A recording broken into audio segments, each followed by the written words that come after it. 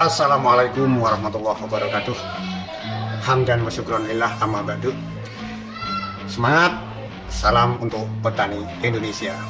Pada setiap pertemuan dengan kawan-kawan kita di lahan persawahan, setiap kita ngumpul-ngumpul dengan teman-teman kita sesama petani, selalu muncul pertanyaan, obat suntik paling ampuh apa ya kan? Kemudian ada yang nyeletuk lagi, obat orang paling ampuh apa ya kan? Pestisida untuk menangani beluk paling ampuh apa ya kan? Pestisida kok ampuh? Pertanyaan ini selalu saja muncul tiap kali para petani ngobrol.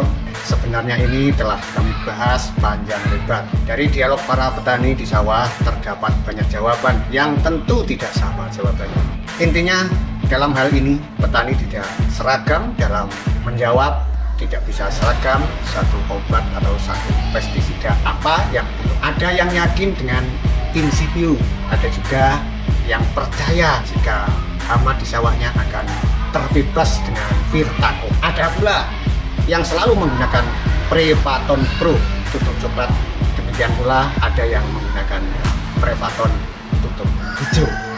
Sementara masih juga tetap banyak yang sedari dulu itu menggunakan spontan 400 SL. Ya begitulah, tidak ada yang salah. Intinya kita harus tepat menggunakan insektisida, baik tepat waktu dan tepat sasaran. Kapan saat kita menggunakan, kapan saat yang tepat kita menyeprai tanaman kita di sawah.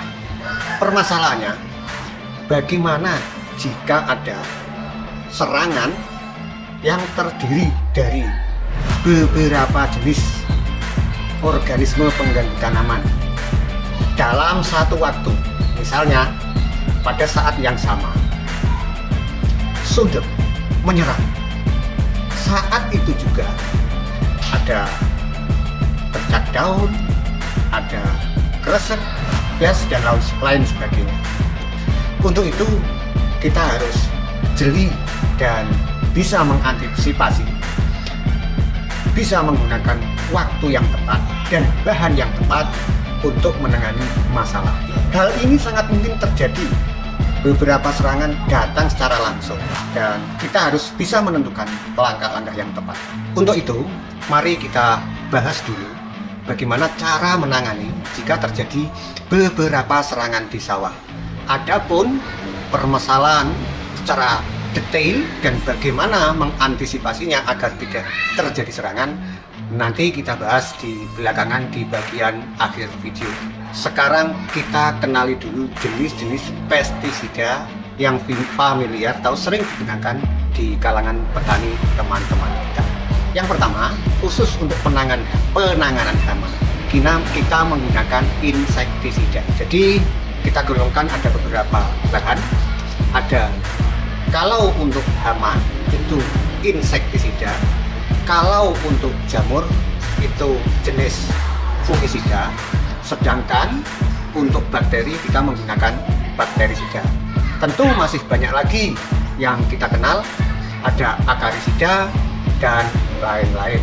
Untuk penggerak batang kita bisa menggunakan berbagai macam pestisida.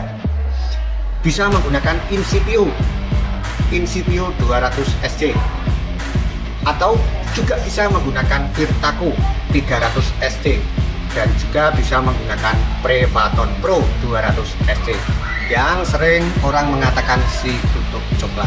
Demikian juga banyak juga yang masih menggunakan Prevaton Pro, ada spontan 400 SL dan lain sebagainya. Adapun fungisida yang kita kenal tentu banyak sekali. Di sini bukan hanya karena pestisida yang kita pakai itu ampuh, manjur, dan sebagainya, namun perlu kita menggunakan dengan cara yang tepat dan saat yang tepat. Contoh untuk fungisida ada Amistatop 325 SC, ada Skor 250 SC, ada juga Topsin 70 WV, Navivo 75 WV, dan lain sebagainya. Adapun fungisida dan bakterisida tentu juga banyak. Beberapa produk itu sekaligus mengeluarkan beberapa merek dagang yang telah kita kenal untuk menangani bakteri sekaligus jamur. Itu bakterisida plus fungisida. Di antaranya ada Nordok, ada Besun Elite 300 SC, ada Tanaka, dan ada Kuproxat. Tentu juga banyak lagi yang lainnya yang tidak kami sebutkan satu persatu. Di sini kami melihat tidak ada yang paling ampuh, tidak ada yang paling jos, tidak ada yang paling kondang, kecuali kalau kita bisa menggunakan dengan tepat sasaran, tepat waktu, dan tepat mengantisipasinya.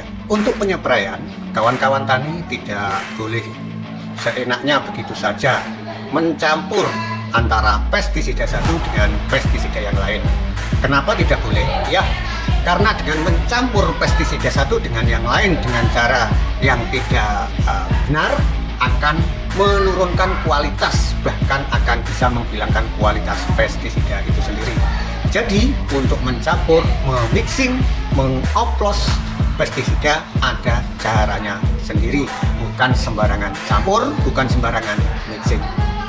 Untuk lebih jelasnya, Anda bisa melihat yang ada di layar ini.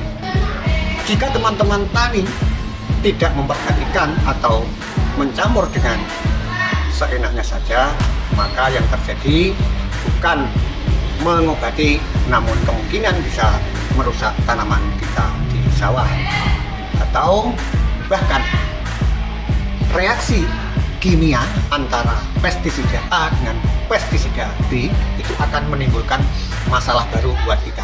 Bisa menimbulkan resisten, bisa menimbulkan sesuatu yang tidak kita inginkan, bahkan bisa mengganggu kesehatan kita sendiri. Contoh sederhana, jika kita mencampur sesuatu yang tidak seharusnya, kami akan memberikan analogi. Seandainya begini guys, kita ini sudah suami istri, sudah punya anak gitu, kemudian teman kita tani yang lain juga demikian, sudah berkeluarga. Ini analogi, ini hanya analogi. Sebentar kita mau menganalogikan ya. Jika kita sudah berkeluarga, dulu kita pernah punya pacar, atau istri kita pernah punya pacar. Setelah itu kita menikah tidak dengan pacar yang dulu, bukan dengan pacar ketika masih lajang. Untuk lebih pendeknya, bagaimana jika kita satu rumah dengan mantan kita, bekas pacar pada waktu dulu sebelum menikah, satu rumah dengan mantan istri kita, istri kita, kemudian mantan kita, mantan istri kita.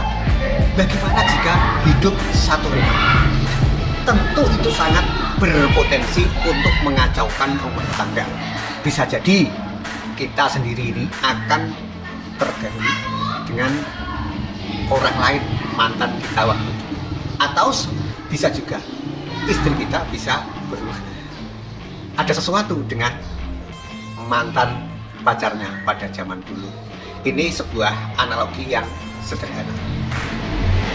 Maka dalam mencampur atau dalam satu rumah itu perlu diperhatikan, bukan sembarang campur.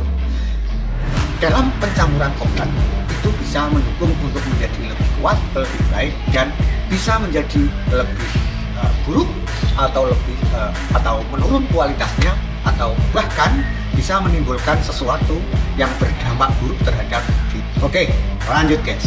Sekarang kita bahas ciri-ciri serangan sundut. Ciri-ciri serangan sundut adalah daun muda kelihatan menggulung, kemudian kelihatan agak layu, lama-kelamaan menjadi kuning. Kalau kita cabut akan terlepas. Itu di dalamnya ada ulat.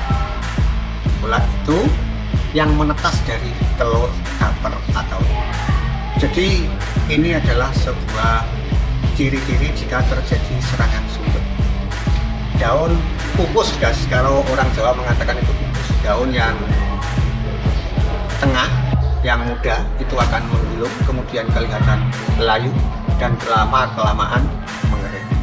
Semakin banyak serangan sundep, maka akan semakin banyak pula daun yang layu. Selanjutnya, ciri-ciri serangan jamur atau cendawan, yaitu terdapat bercak-bercak berwarna hitam pada daun padi, dan daun padi berubah menjadi warna kuning kecoklat-coklatan begitu. Selanjutnya, padi tumbuh dengan tidak normal. Lama-kelamaan padi akan layu dan mati.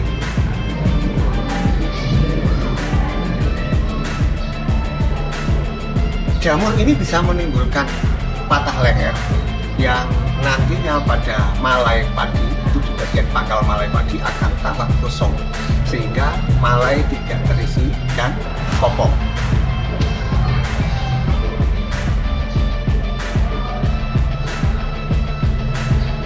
Serangan jamur ini juga sangat berbahaya. Serangan jamur ini juga sangat berbahaya. Serangan jamur ini juga sangat berbahaya karena bisa mengurangi 30, 50 bahkan sampai 60% hasil tani.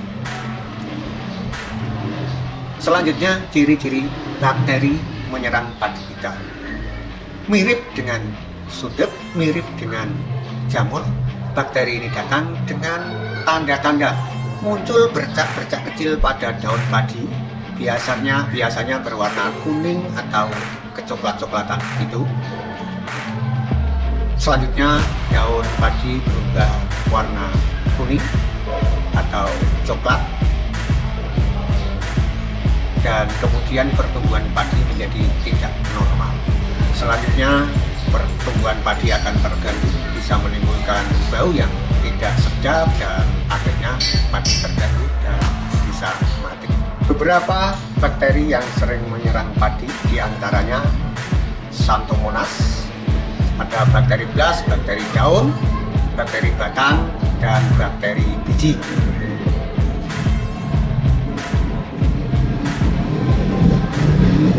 Pengendalian serangan bakteri bisa dikendalikan dengan bakterisida.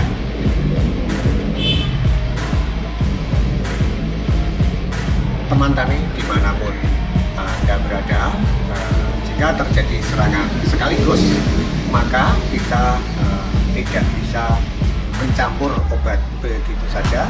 Misalnya ini saya kasih contoh, karena terjadi serangan sundep, maka kita akan spray menggunakan spontan 400 SL dan kita mix atau kita oplos dengan